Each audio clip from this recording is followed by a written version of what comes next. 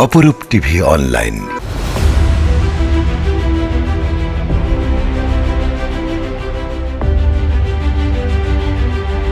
পারি না আমি এই চা দোকানটা করি, আমার চা দোকানটা অনুমতি ছাড়া দোকানটা ভাঙিয়ে দিচ্ছে ভাইয়া। বস্ত্র আমরা 300 মানুষকে বিতরণ করছি মাত্র 4 দিনের মধ্যে।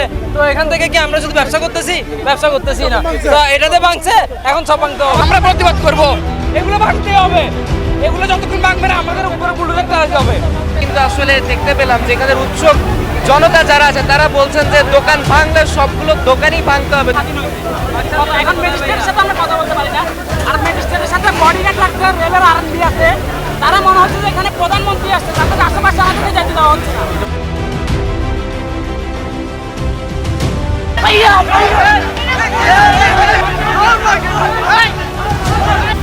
এখানে কিছু উস্কানিমূলক পাবলিক আছে, ওরা হয়তো টুয়ে দিছে, আমাকে মারছে।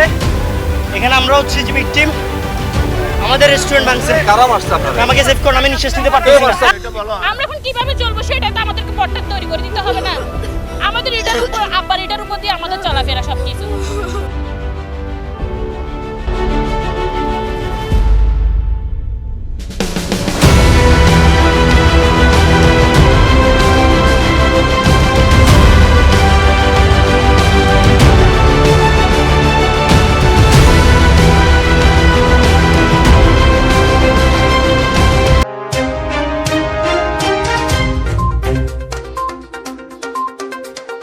অপরূপ টিভি অনলাইন।